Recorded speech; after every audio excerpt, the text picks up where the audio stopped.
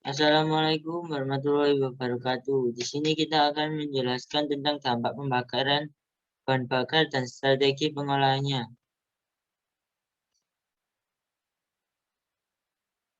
Perkenalkan, anggota saya ada 1 Amanda Ayu, 2 Fatan, 3 Jihan, 4 Jaya Radeha.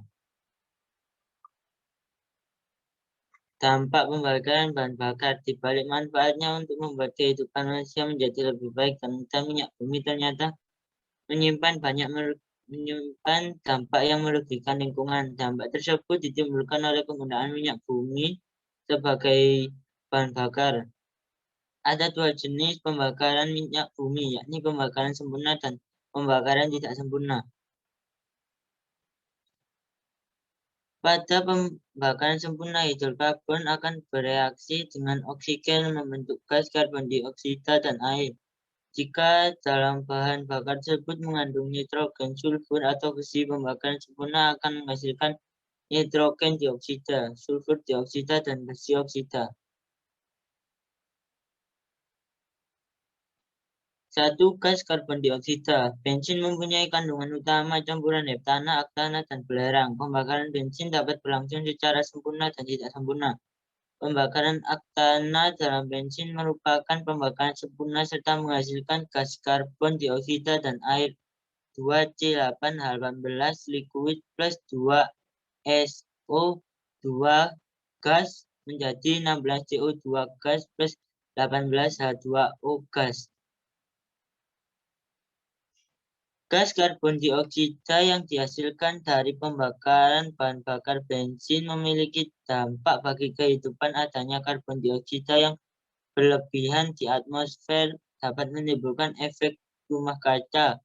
Fenomena efek rumah kaca dapat menaikkan temperatur permukaan bumi.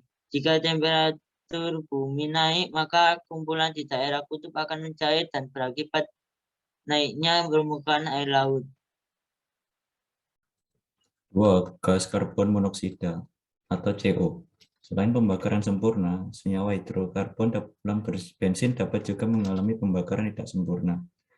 2C8H18 liquid ditambah 172 gas menjadi 16 karbon monoksida gas ditambah 18 H2O gas atau 2C8H18 liquid ditambah 112 gram menjadi 8 CO gas ditambah 8 CO2 gas ditambah 18 H2O gas. Pembakaran secara tidak sempurna menghasilkan gas CO yang dapat membahayakan bagi kesehatan. Gas CO terhirup oleh tubuh, kemudian C akan segera masuk ke dalam darah dan berkaitan dengan hemoglobin. Gas CO lebih mudah bereaksi dengan hemoglobin dibandingkan dengan oksigen. Akibatnya, tubuh akan kekurangan oksigen sehingga dapat menyebabkan pusing, sesak nafas, muntah, pingsan, bahkan kematian. 3. Gas nitrogen oksida atau NOx. Proses pembakaran bensin dalam mesin kendaraan membutuhkan udara sebagai sumber pembakaran. Sepertinya yang telah diketahui bahwa penyusun udara terbanyak adalah gas nitrogen. Pada suhu tinggi di dalam kendaraan bermotor dapat terjadi reaksi antara nitrogen dengan oksigen. N2 gas plus O2 gas menjadi NOx gas. Gas NOx di udara tidak beracun secara langsung pada manusia.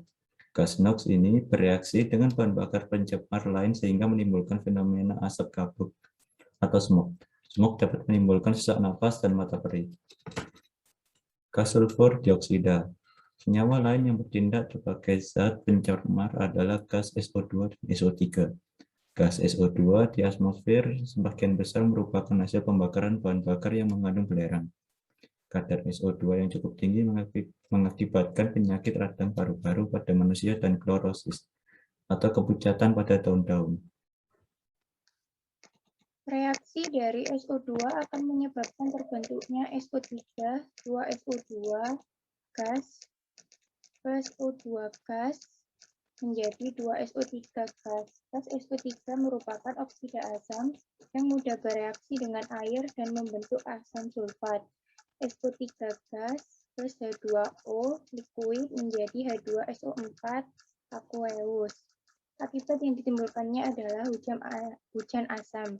pH air hujan asam akan menurun sehingga timbul korosi logam-logam, kerusakan bangunan, dan memudarnya cacat pagar.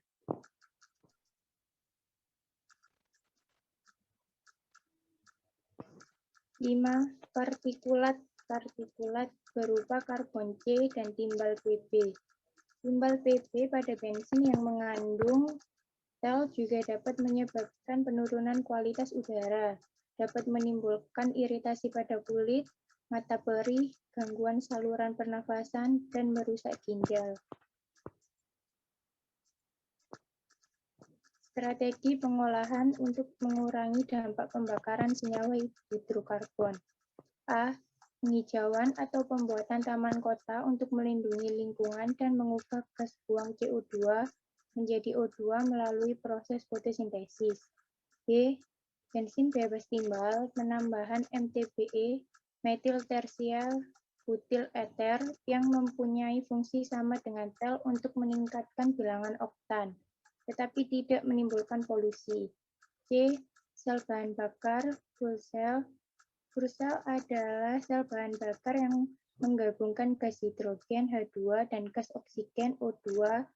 Sel bahan bakar merupakan energi ramah lingkungan yang limbahnya hanya berupa air. D. Bahan bakar alternatif. Penggunaan bahan bakar alternatif supaya tidak menimbulkan pencemaran udara.